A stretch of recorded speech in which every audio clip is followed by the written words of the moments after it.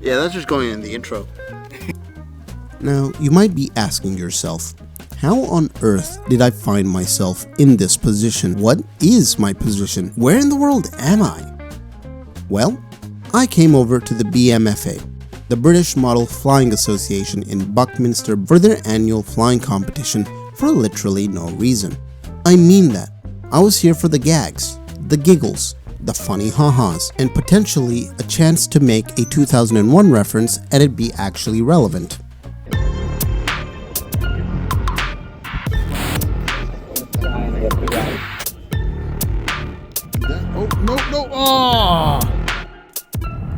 But seriously though, I'm a computer science nerd. At the same time, I'm the worst kind of computer science nerd. The guy who codes a bit on Scratch and then goes to tell everyone that I made Elden Ring or something. I've never used an Arduino, never coded onto a servo motor. Hell, my first website isn't even websiting correctly. But when Malhar, this guy, asked me to drive him out there and said that it was going to be free for me, I said, hey, what's the worst that could happen?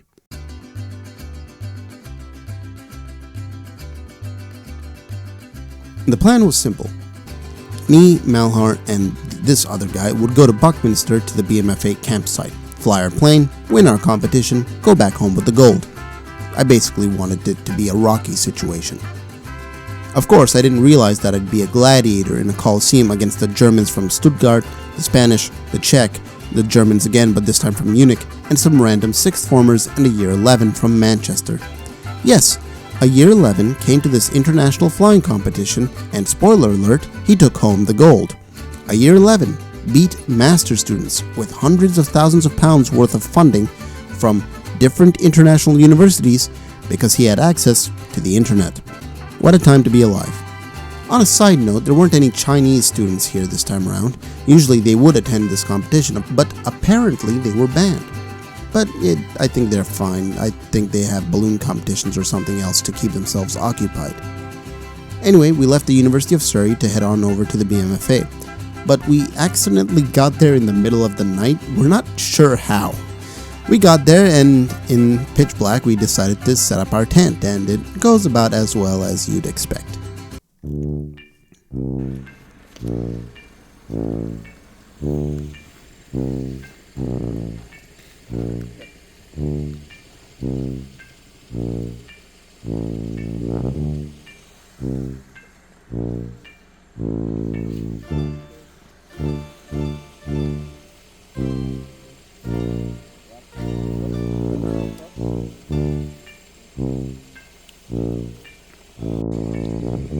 We're having such a great time out here.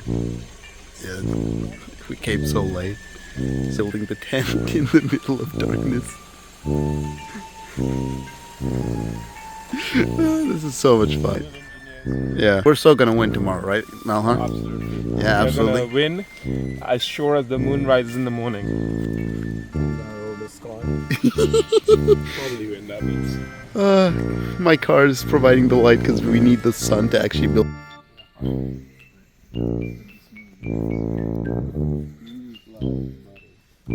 The criminal undercover. Pop like summer. Into your heart like a... Your heart, obviously. Sorry, Jesus lives in my heart. It's already occupied. I don't know how to respond to that. I've been flabbergasted. You got it? You got everything? Yeah? Don't break it. Precious. My precious. You got it? Yeah, pin. Yeah, put the pin first. No, it's there. Alongside that one. It's 2 pins, there we go. Hey yo, my boys, room tour. What's it looking like? Yeah, this is our dinner for the next few days. We don't have enough peanut butter. This is perfect.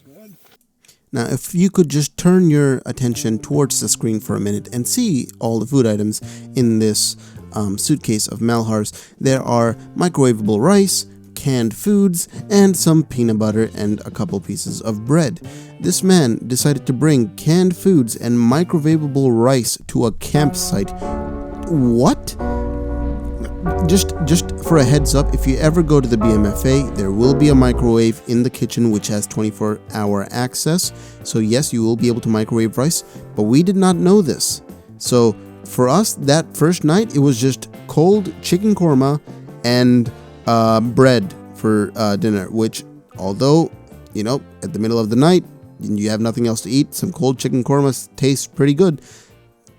Never doing that again.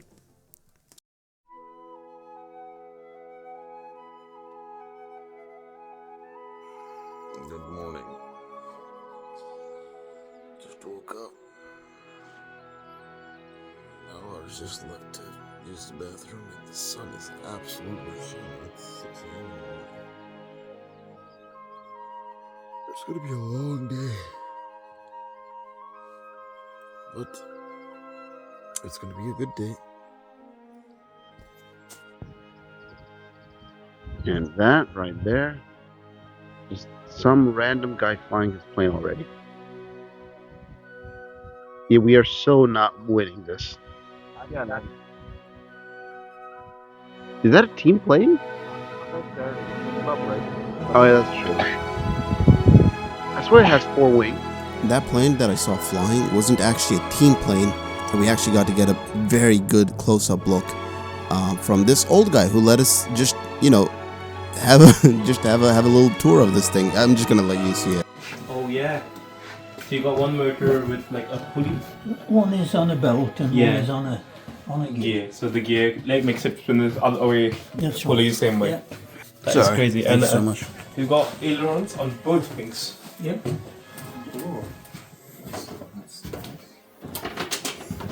So they're connected to each other and they move the same way, or do they move differently? Well, the ailerons go up Yeah, and down. but no, the 2 wings. Do the ailerons move in sync? Exactly the same. Ah. Same with the tailplane, there's 2 servos on the tail on the elevator. And it all works through one wire. Ah. So the transmitter actually digital. And Oh, I see. It's yeah, I know you. Yeah. it's Is it called S-bus? S-bus. That's the one, Yep, yeah. that's right. Yeah. But you're not here to watch functioning planes. Get that out of here. You're here to watch planes crash and burn. And so I guess it's probably time I actually talk about our plane. It's been 7 minutes that I've talked about our plane. Our plane is the Kiwi W15. And the Kiwi is a very simple design. It's mainly because Malhar decided that he would join this competition 3 days before it started. The Kiwi is made up of a long carbon fiber rod. I can't speak English. The Kiwi is made up of a long carbon fiber rod straight down the center with 2 modular wings made out of styrofoam. The wingspan originally was about 2 meters and there's a single propeller at the front. This basically weighs the same amount as the feathers that fall off of an angel's wing and are also going to get blown around. And you probably heard of the butterfly effect, where if a butterfly flaps its wings on one end of the world, there's a hurricane in another. Well, if a butterfly flapped its wings on one end of the world, that might accidentally cause a breeze, which just makes our plane just tilt over and die. I mentioned this to Malhar, but he said it would be fine. Basically, because of our challenge, we don't have to worry about it for the 2nd or 3rd flight. Oh, I should probably explain the challenges too, shouldn't I? Well, let's talk about the challenges now.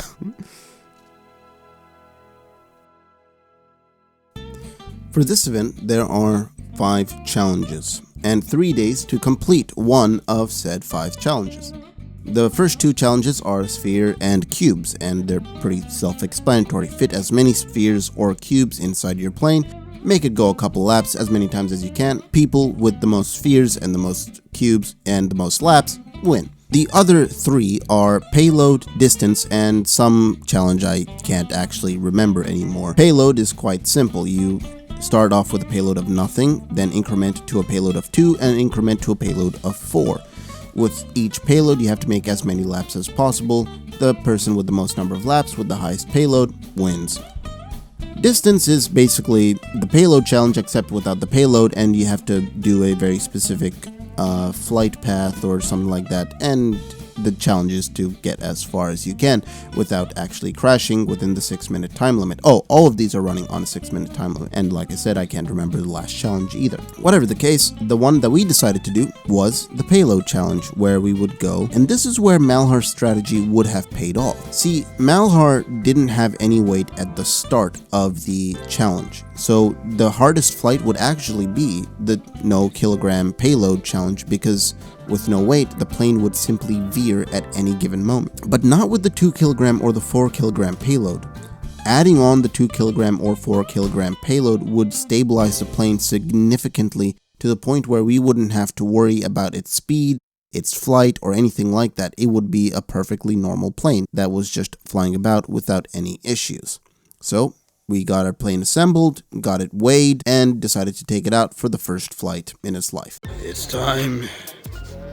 It's time, brother. What say ye? I say we fly. Very well. Action, man.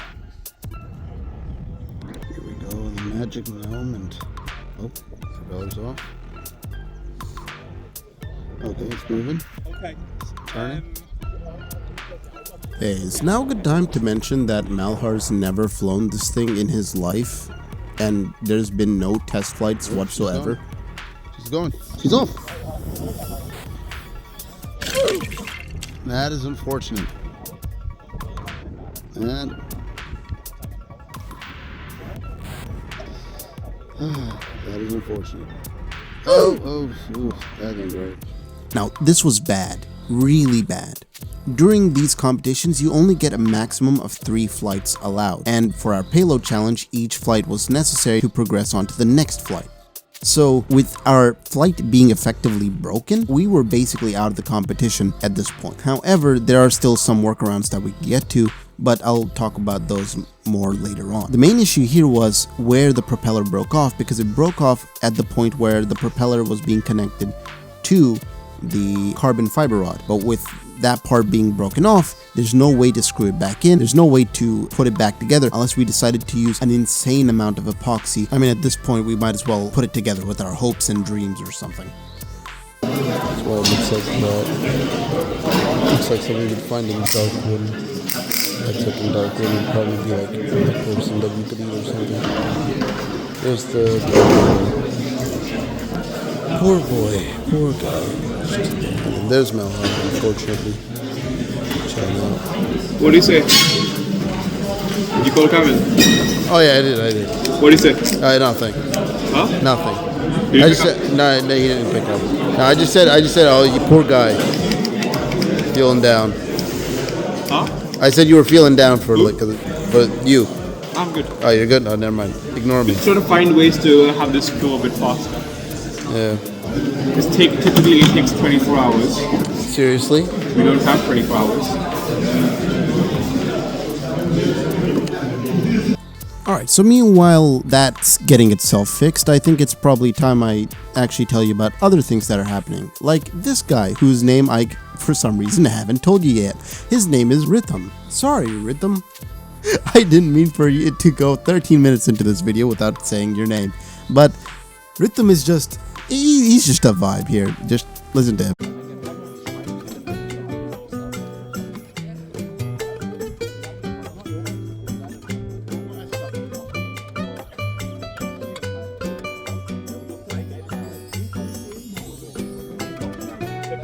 Really sipped an empty can 3 times, didn't you?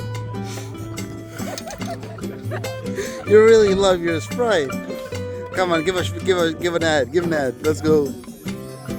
That's not even Sprite. That's a 7-Up. That's a 7-Up. You're a fake. You're a fake Sprite fan. Even you didn't know. What You just replied yes, it's Sprite. Sit down, man. Just tilt a bit right. Yeah, there. No, the other direction. The other right. Yeah. What do you think? You think we're gonna win this thing? Do you think I'm like successful? We might not win this. We might be successful. That's the aim we should have now. Fair enough. What do you say, Malhar? For bigger profit. Huh? Are we winning this?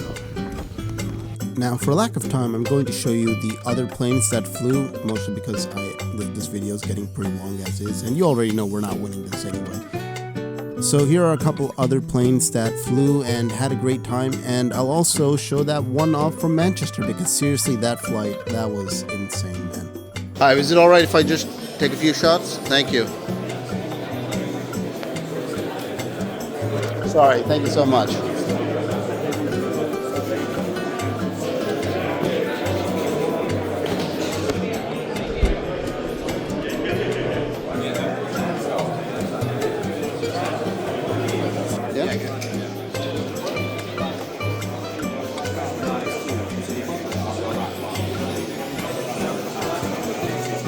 Looks nice. Thank you. Yeah. Sorry? Have you made a plane? Well, I'm not, but my friend has made one, so I'm just here to Nice. You want to say anything about your plane? It's really good. Fair enough. Go for it, guys. Appreciate that. If you bring the camera with me, come on. You see, here's my favorite anime character right there. You gotta zoom in though. It might be hard to catch on camera. If you can see it, it's Goku. Seriously? Where? Can you see it? I can't. It's very hard. I see. Oh, that is insane. Oh, calm, bro. Big up, man. If you don't win this thing, bro, I'm telling you. We gotta do it for Goku. Exactly, bro. Exactly. Keep up, yeah. Big up.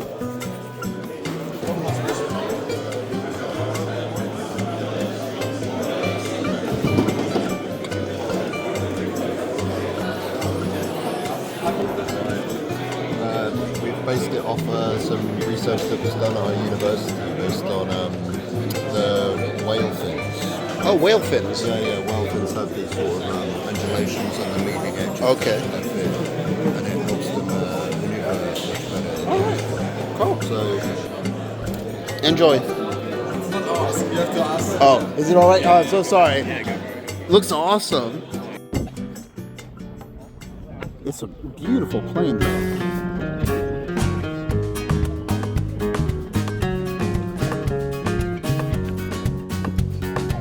Third time's the charm. Oh, no, never mind. Apparently, fourth time's the charm, maybe. Or is this 3.5? You know it's bad.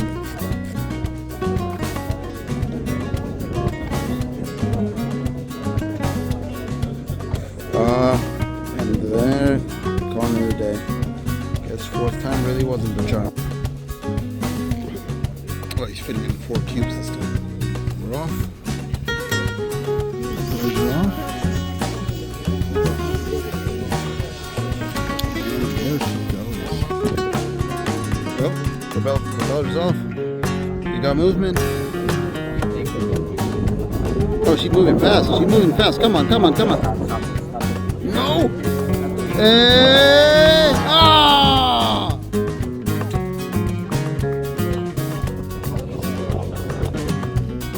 Do it again.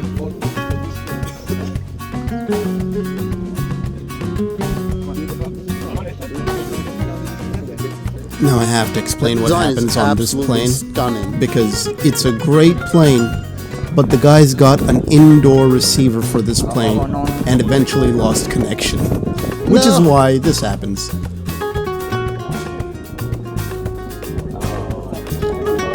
Oh no!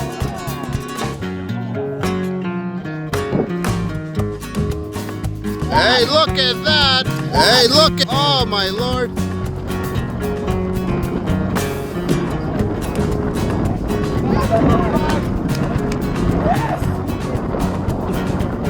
That is beautiful. Look at that. What do you want to say to the camera? That's it. Well done, Sherlock.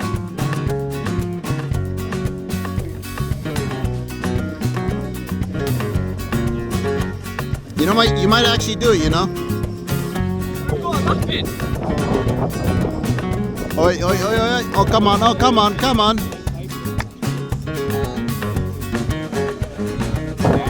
No, that's not going up. There's no way that's going up.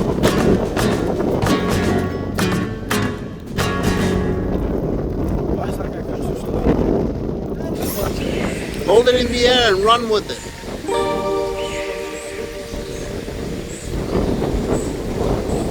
Hey, come on. Now you've really got to give props to these next guys because this flight, although it looks like it's flying high, it was hovering over the ground for just a few feet. It did not go very high, not like these other planes. It was just too heavy. But you know, props to these guys for just sticking to their guns. They need to using what they did, but that's insane. They only had one sphere inside because no one else had managed to actually get another plane flying.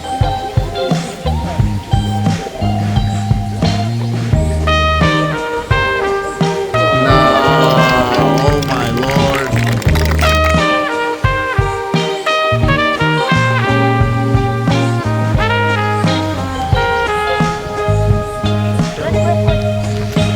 We believe in you. Also, on the off chance that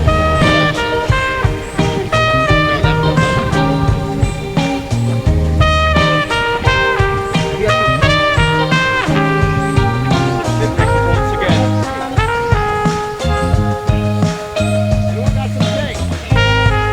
one. What am I meant to say? You meant to ask the question. Yeah, so like explain how you build the plane. Okay. 3D printed the nose cone, yeah, using spiral glass mode. Mm-hmm. Yeah, gives you a nice little 1 layer thick thing, and then put it on the magnet. Yeah. Which competition is it? This is payload target distance. Alright. Just Alright. Put a block in it and drive it as many laps as possible. Fire on the try. Let's hope it takes off. We got foam board sheets cut into it so we could fold it. Yeah. We made a square out of it. Yeah. We laser cut out and we 3D designed or 2D designed ways to cut out ribs. Alright, enough talking, Manchester. This really was one of the most fun experiences I've ever had, and I really appreciate being there. Really appreciate Malhart for bringing me there. It's always good to try something new, and I'm really glad I got to be there. Everyone was so nice, everyone was so helpful. We were in a competition, but we were all helping each other. Big shout out to the guys from Stuttgart. They were absolutely just helping. They helped us get our plane flying. And one final shout out to Malhart, who, despite breaking the plane 3 times and it basically being impossible to repair, we didn't even get to finish all our flights. But he kept persevering, and at the end we finally got to see the little Kiwi take to the skies. Yes, there were problems. Yes, there were things I could have done better. If I had just observed what the other people were doing, and if I had just learned from the other people, I would have been able to fix one of the problems that I saw. But you know, I was just there for the fun of it. But I think that if I had pushed myself a little bit harder, maybe this experience would have been a little bit different. But everything came together at the end when I saw the little Kiwi finally flying for the first time ever.